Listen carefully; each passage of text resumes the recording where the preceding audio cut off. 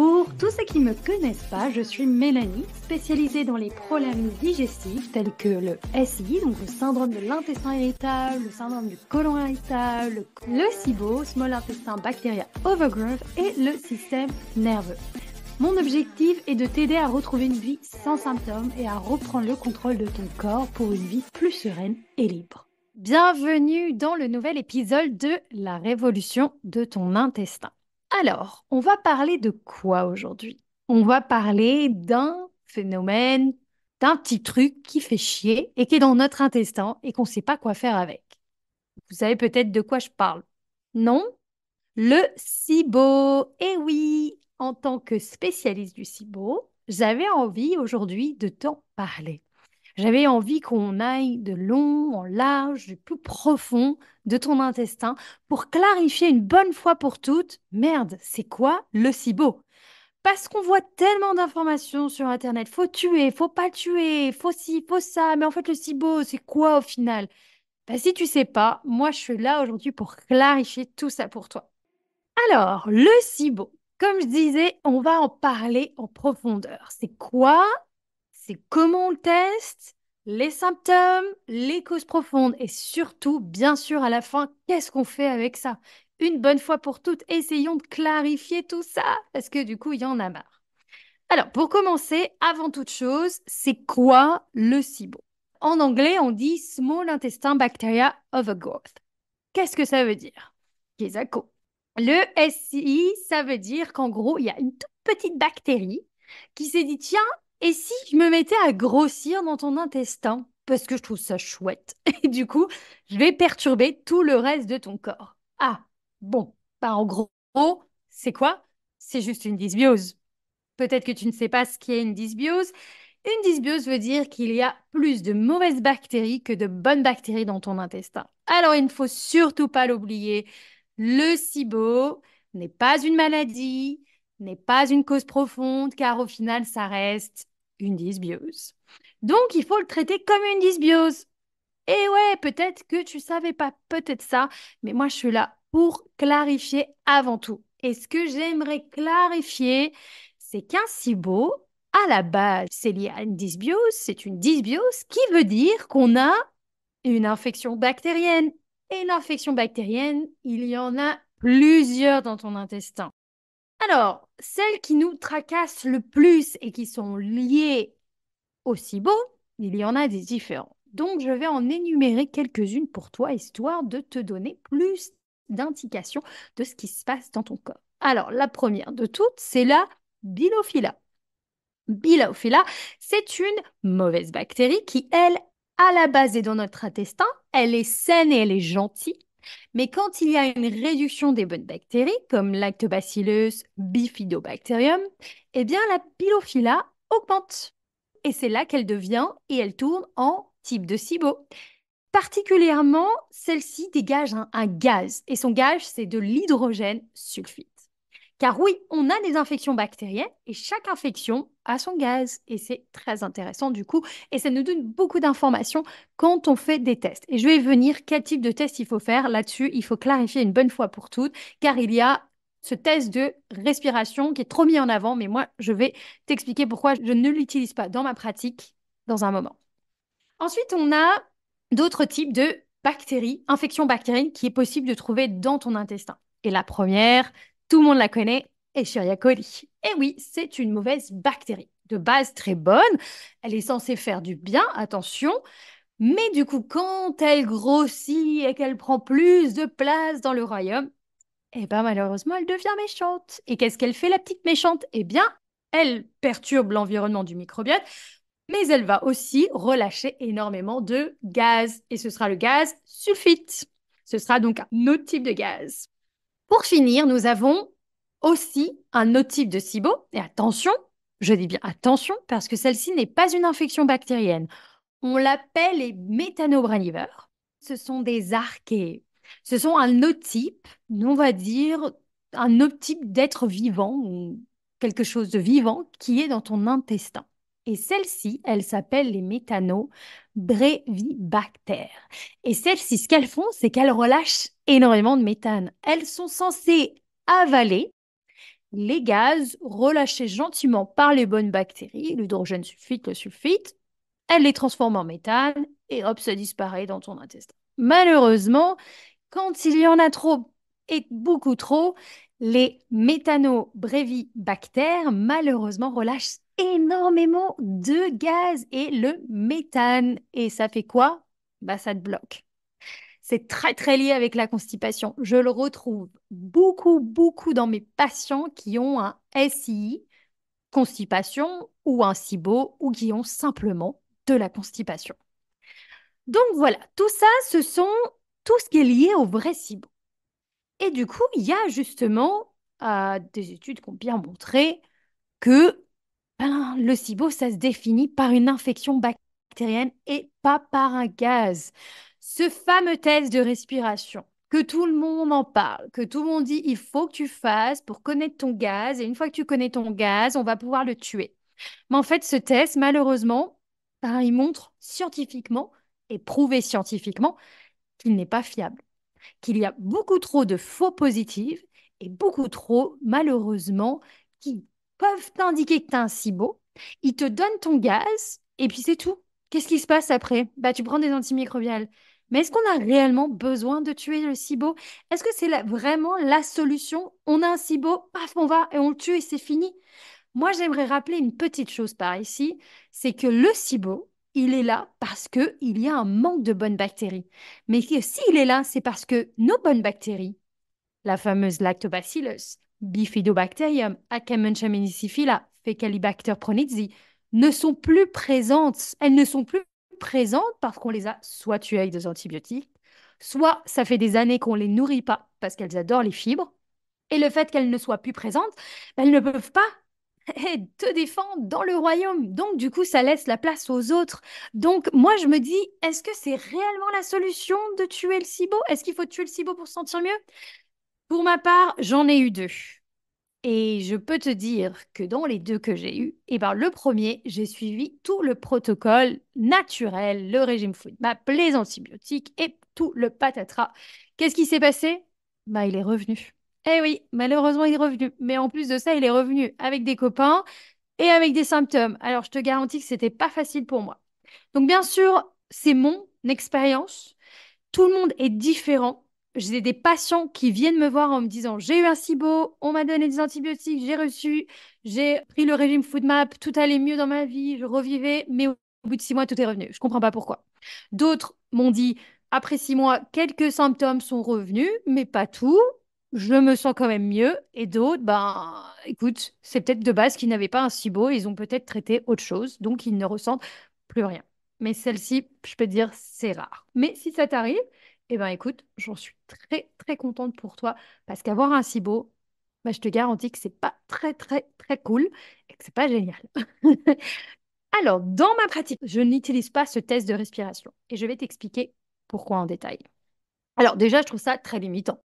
Quand on me dit, OK, on fait un test qui coûte entre 120 à voire plus, et qu'on me dit la seule chose qu'on te donne, c'est qu'un gaz. Et grâce à ce gaz, je vais te donner des antimicrobiales ou des antibiotiques, et puis basta. Moi, je me dis, ça a l'air trop simple. Attention, je me méfie un petit peu.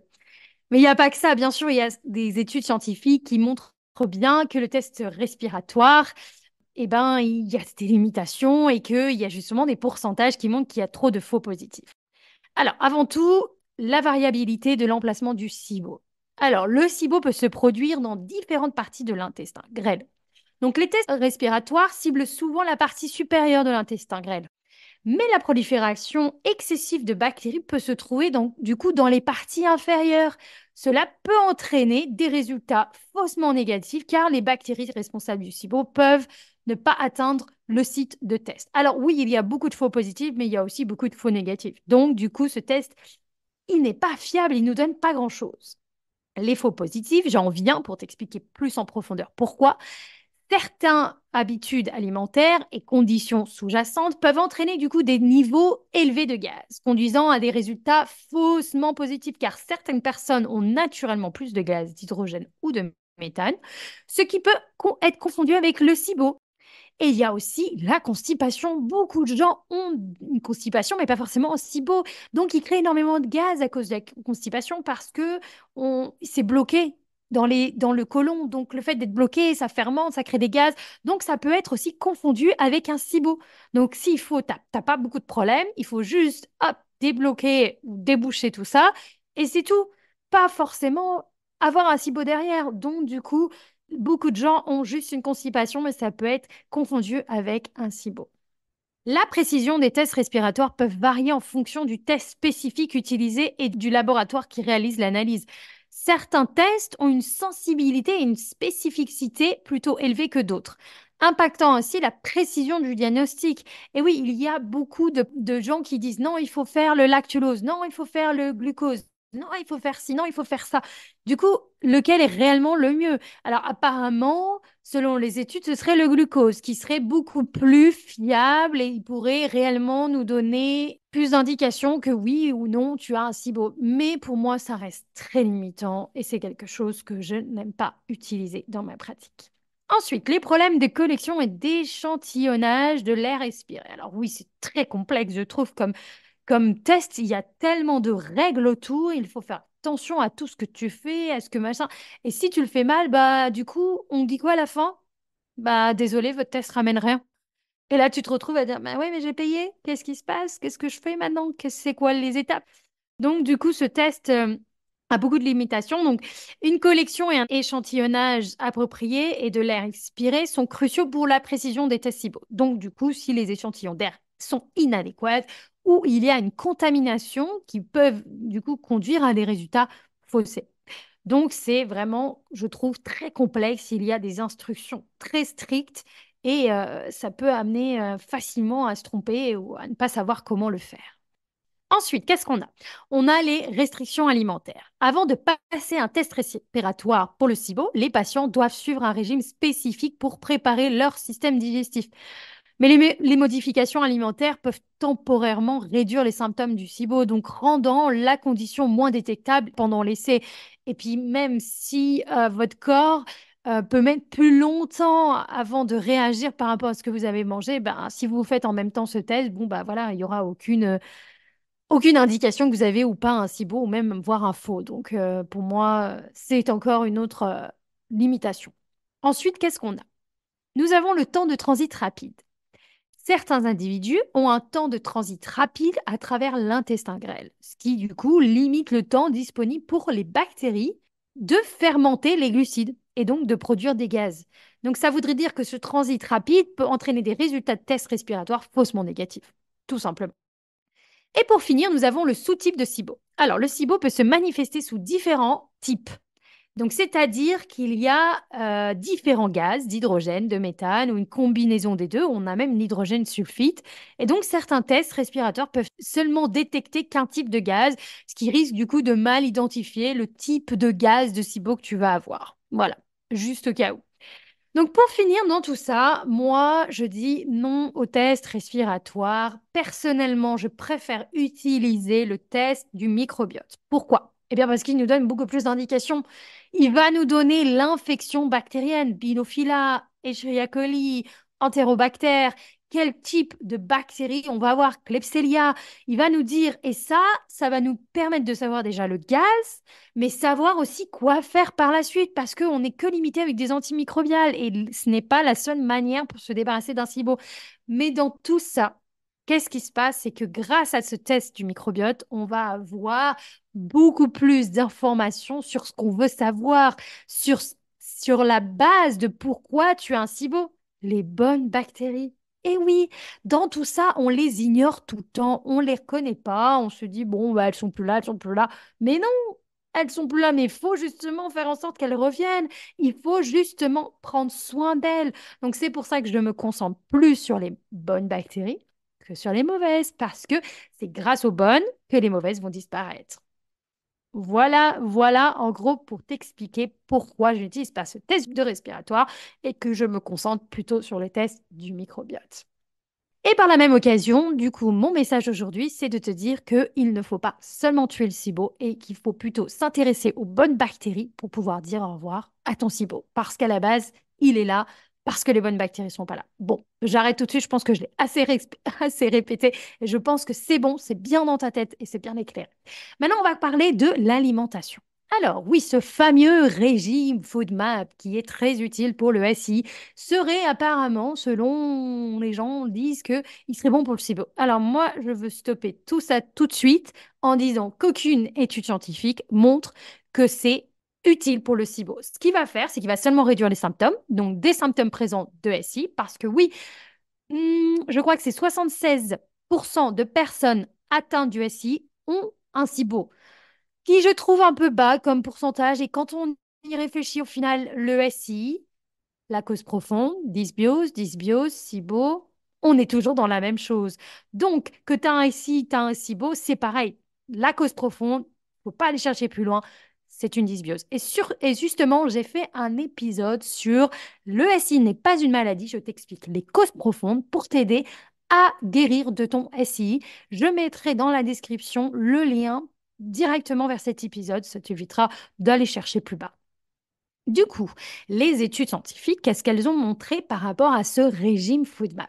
Qu'il n'aide pas sur le SIBO, réduit certains symptômes, mais n'aide pas à guérir le SIBO, n'aide rien en rien et de rien.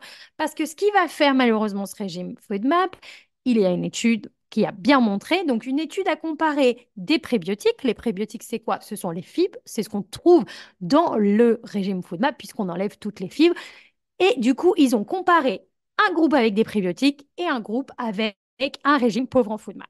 Qu'est-ce qu'il a été démontré? Que la bonne bactérie, le Bifidobacterium, augmente dans le groupe de prébiotiques. Donc, si elle augmente, c'est qu'elle, du coup, elle réduit le Bilophila, qui est, du coup, une infection bactérienne du SIBO, comparé au groupe du régime FODMAP, qui, lui, a eu tendance à avoir une diminution du Bifidobacterium, ce qui a augmenté, du coup, le Bilophila. Alors, je répète, parce que un petit peu confus tout ça, le Bifidobacterium, très bonne bactérie, elle réduit dans un régime pauvre en FoodMap. Si elle réduit, elle augmente les mauvaises bactéries. Elle, du coup, augmente dans un groupe de prébiotiques, ça veut dire qu'on la nourrit avec des fibres. Et du coup, qu'est-ce que ça fait? Eh bien, du coup, ça réduit la mauvaise bactérie Bilophila. Donc, le fin de mot de l'histoire, mangez des FoodMap. N'en ayez pas peur. Si vous en avez peur, allez écouter mon épisode spécialement le SI est une maladie et je vais vous expliquer pourquoi vous en êtes à là. Et aussi, j'ai fait aussi un autre épisode qui s'appelle Pourquoi je ne recommande pas le régime FoodMap, qui va justement expliquer pourquoi tu n'arrives pas à casser les FoodMap et pourquoi il faut arrêter de blâmer l'alimentation. Donc pareil, j'y mettrai un lien en dessous de cet épisode. Le fin de mot de l'histoire, ça ne sert à rien d'utiliser le régime FoodMap dans un cas de SIBO. Qu'est-ce qu'il faut faire? Il faut augmenter les fibres. Les fibres, les fibres, les fibres. Alors, les fibres, juste pour clarifier, lesquelles? Les fibres solubles. Pourquoi? Parce qu'elles sont plus faciles à digérer, elles se mélangent bien dans l'eau de ton corps, rend les choses plus faciles à digérer, crée moins de gaz, demande moins à ton système digestif d'énergie et surtout, elles forment les selles et au passage, elle nourrit les bonnes bactéries. Donc, concentre-toi que sur les fibres solubles. Maintenant, les symptômes. Oui, parce que du coup, le SI et le SIBO se ressemblent. Et moi, je voulais un petit peu t'en dire un peu plus sur leurs symptômes et comment les reconnaître. Comment reconnaître si tu as un SIBO ou si tu as un SI, en sachant que les deux, le fin mot de l'histoire, c'est une dysbiose. Donc, les symptômes, nous avons chronique fatigue, problème de la thyroïde, la rosacée si tu as ça. On a trouble de la motilité intestinale, pancréatite chronique, maladie de cœliaque, maladie inflammatoire de l'intestin. Et il y a aussi d'autres indicateurs comme fibromyalgie, la malabsorption des aliments, des selles jaunes et flottantes, un ventre très gonflé, des ballonnements, des reflux. Tout ça 1 heure après avoir mangé et pour finir, des carences nutritionnelles en fer, vitamine B12. Voilà, tout ça, ce sont du coup les symptômes qui pourraient indiquer si oui ou non tu as un SIBO, donc une infection bactérienne, donc une dysbiose. Maintenant, les causes profondes, qu'est-ce que c'est? Qu'est-ce qui fait qu'on développe tout ça? Première et des premières et des premières, et je répéterai jamais assez, c'est la dysbiose. Un manque de bonnes bactéries a fait que tes bonnes bactéries de base, comme Bilophila, comme Escherichia coli, eh ben, elles ont grossi et elles sont devenues mauvaises parce qu'elles ont pris beaucoup de place dans ton côlon. Donc, la première des grosses choses, c'est du coup la dysbiose. Et la dysbiose, c'est dû à quoi? Bah, c'est dû à une prise d'antibiotiques qui malheureusement va enlever toutes les bonnes bactéries. C'est aussi dû à un régime pauvre en fibres. Si tu manges beaucoup, beaucoup, beaucoup, beaucoup de glucides, de protéines et très, très peu malheureusement de fibres, et ben du coup, bah, tes bactéries, elles meurent. Elles meurent parce qu'elles sont pas nourries. Elles ont besoin, comme toi, de manger. Et ce qu'elles aiment avant tout, c'est du coup les fibres. Ensuite, qu'est-ce qu'on a? On a la diminution d'acide chlorhydrique. Qu'est-ce que ça veut dire? Alors, c'est une substance de base. Qu'est-ce que c'est l'acide chlorhydrique? C'est une substance acide produite par l'estomac. Et donc, ce qu'elle aide à faire, c'est à décomposer les aliments et à tuer les bactéries nocives. Donc, une diminution de HCI peut entraîner une digestion incomplète des aliments et une prolifération bactérienne excessive dans l'intestin grêle. Ensuite, qu'est-ce qu'on a? On a une insuffisance biliaire. Donc, la bile est produite par le foie et stockée dans la vésicule biliaire. Elle aide à décomposer les graisses et absorber les vitamines liposolubles dans l'intestin grêle. Une insuffisance biliaire peut entraîner du coup une digestion incomplète des graisses et une carence en vitamines liposolubles. Ensuite, nous avons une insuffisance en enzymes pancréatiques. Les enzymes pancréatiques sont produites par le pancréas et aident à décomposer les protéines, les graisses et les glucides dans l'intestin grêle. Donc, une insuffisance en enzymes pancréatiques peut entraîner du coup une digestion incomplète des aliments et des carences en nutrition. Tout ça va avoir un impact indirect ou direct sur l'intestin. Et ça fait partie de tout ça de la digestion. On a la diminution de l'immunité GALT. Qu'est-ce que ça veut dire? Qu'est-ce que c'est? Alors, l'immunité GALT, c'est des cellules intraépithéliales lymphocytaires. En gros, c'est des cellules qui sont basées dans ton intestin ou précisément quand sont placées où il y a le système immunitaire. Donc, c'est un type d'immunité locale dans l'intestin grêle qui aide à protéger contre les infections bactériennes. Une diminution de l'immunité grêle peut entraîner une prolifération bactérienne excessive dans l'intestin grêle parce que ça voudrait dire que de base, il y a une dysbiose. Eh oui. Et pour finir, nous avons une diminution de la motilité migratrice intestinale. C'est quoi? Ça veut dire qu'il y a un mouvement ondulatoire de l'intestin grêle qui aide à nettoyer les débris alimentaires et les bactéries de l'intestin. Donc, du coup, il y a ce mouvement qui se fait dans ton intestin et ce mouvement, bah, il sert à nettoyer tout. Il enlève tout ce qu'il faut que ton corps n'a pas besoin, en fait. Et donc, cette diminution de cette motilité migratrice intestinale, elle peut donc du coup entraîner une stagnation des aliments et une prolifération des bactéries excessives dans l'intestin grêle. Ça voudrait dire que ça laisse de la place pour du coup augmenter ces bonnes petites bactéries de base, ça leur laisse la place pour grossir. Alors, vraiment, ton intestin, comment tu peux l'imaginer? Moi, j'aime bien l'imaginer comme un parking. Tu sais, les parkings qu'il y a dans les centres commerciaux. Imaginons, tout le parking est plein. Il y a des voitures partout. Donc là, ça veut dire que, hop, il y a assez de bonnes bactéries, il y a la place pour personne d'autre. Toute chacune fait ce qu'il y a à faire pour le parking. Mais imaginons, il y a bah, certaines voitures qui malheureusement n'ont plus d'essence, ou elles vieillissent, ou la carrosserie, elle rouille à force de la pluie, ou des choses comme ça. Bah, qu'est-ce qu'on fait? Bah, on s'en débarrasse. Il faut les enlever du parking. Elles ont rien à faire ici. Bah, du coup, ça fait quoi? Ça laisse de la place. Et ce qui dit place dit que hey, hey, il y a certaines bactéries qui sont justement comme Bilophila et Escherichia coli, très opportunistes et elles aiment du coup prendre la place. Donc, tout ce que je viens de t'énumérer, ce sont les causes profondes qui font que justement ce parking se vide petit à petit pour laisser la place aux mauvaises bactéries. Donc voilà, tout ça, ce sont justement les causes profondes qu'il faut aller voir. Donc maintenant, qu'est-ce qu'on fait? Maintenant, qu'est-ce qui se passe? Alors, la première chose qu'on va te dire de faire, on l'a dit, régime FODMAP, ça on l'enlève. Deuxième des choses, antibiotiques. Moi, je trouve ça quand même un peu bizarre d'aller utiliser des antibiotiques sur une dysbiose présente, qui justement, elle est présente parce qu'il y a déjà eu des prises d'antibiotiques avant ça, et qu'on te dit, tiens, je vais te donner un antibiotique pour tuer cette bonne bactérie, mais cette bonne bactérie, elle est présente de base parce qu'il n'y a plus des bonnes bactéries, elle a grossi, elle a proliféré. Du coup, qu'est-ce qu'on fait? Bah, du coup, moi, je vous dis, n'utilisez pas les antibiotiques. antibiotiques parce que ça risque d'empirer votre dysbiose. Ça risque de retuer encore vos bonnes bactéries et de finir avec énormément de mauvaises bactéries présentes. Et qui dit moins de bonnes bactéries, ben, l'équilibre ne peut pas se refaire ou va être compliqué à se refaire. Donc, moi, mon conseil, c'est aujourd'hui, si tu es bloqué avec un SIBO, ben, ne va pas pour les antibiotiques. Ne va pas pour cette solution rapide qui, au final, fera plus de mal à ton corps. Mon protocole pour t'aider sur le SIBO, voilà ce que je te conseille de faire. Voilà le protocole à faire. Premier, alimentation.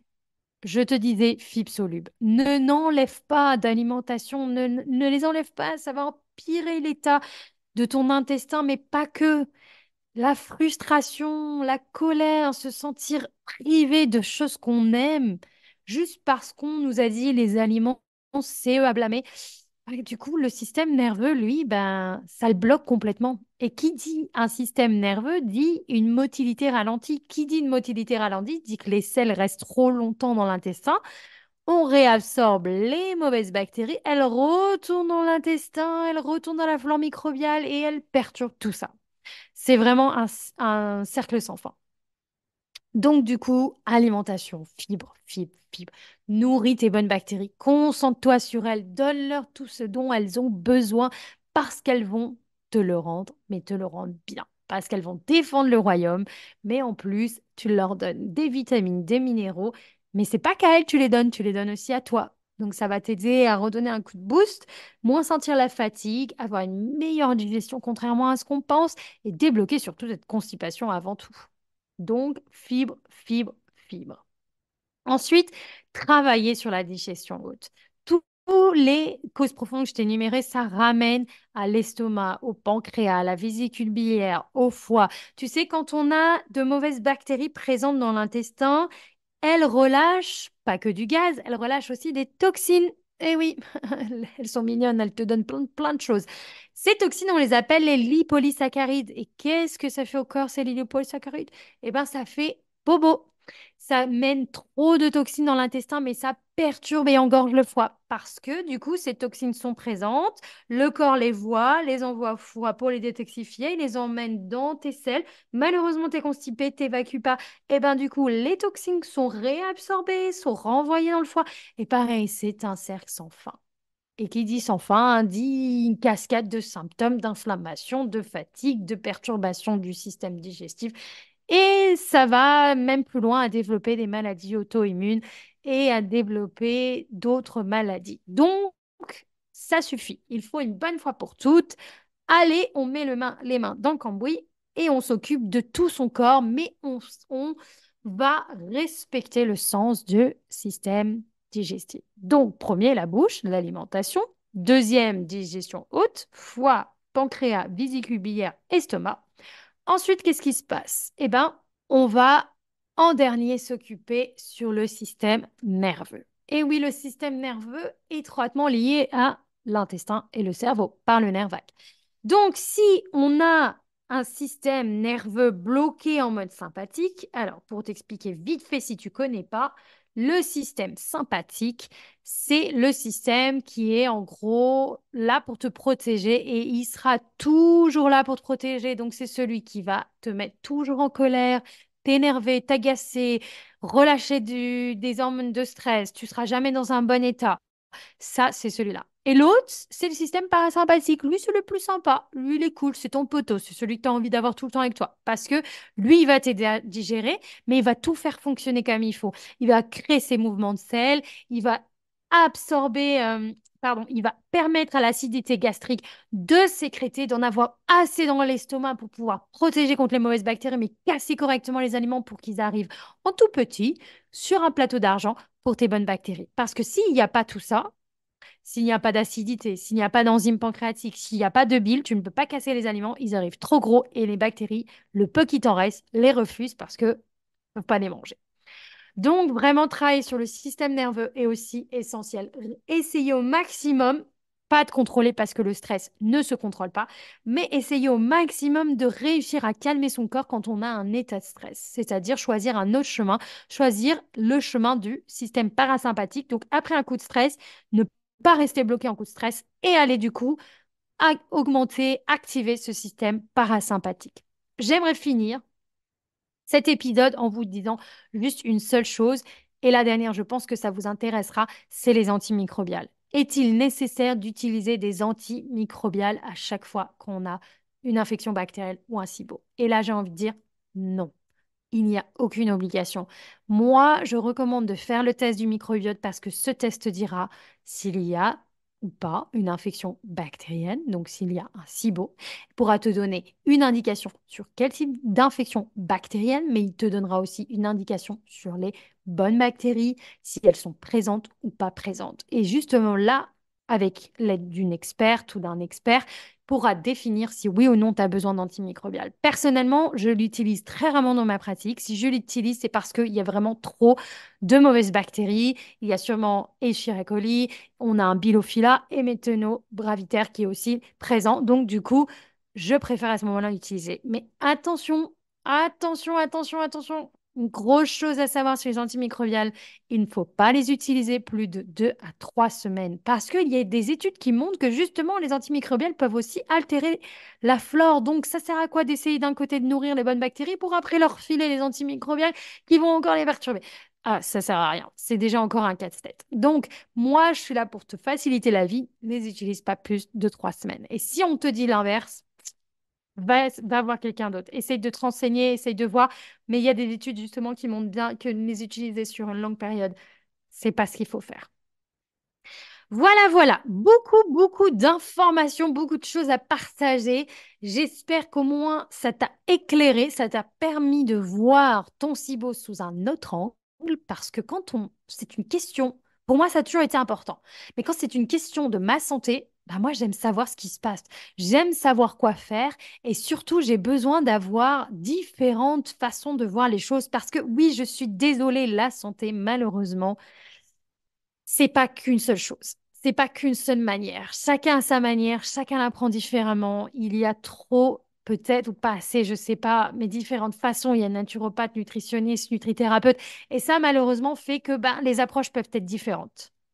Donc, c'est à toi d'aller pour ton approche, celle qui te semble logique. Moi, j'y dirais toujours, ne suis pas les conseils juste comme ça parce que ça paraît simple, ça paraît cool, ça a l'air intéressant. Non. Vraiment, vraiment, vraiment, suis ce qui te paraît logique et qui a du sens pour toi. Je t'invite à m'écrire tout de suite après avoir écouté cet épisode parce que j'aime toujours avoir vos avis. Pour moi, c'est hyper important. Ça me permet d'évoluer dans ma pratique, mais ça me permet aussi de faire en sorte de vous donner des épisodes de qualité. Donc, si tu n'es pas d'accord avec ce que je dis, mais viens aussi en discuter. C'est toujours intéressant. Et si tu es d'accord et que justement, tu en as appris beaucoup, mais viens aussi discuter et en parler et viens de partager avec moi. Alors, vous pouvez sur Instagram me contacter en message privé directement. Ça me fera très, très plaisir d'avoir votre avis. Et pour finir, je te souhaite une très, très belle soirée ou une belle journée. Tout dépend à l'heure à laquelle tu m'écoutes. Et n'oubliez pas de faire la révolution de votre intestin. À très bientôt.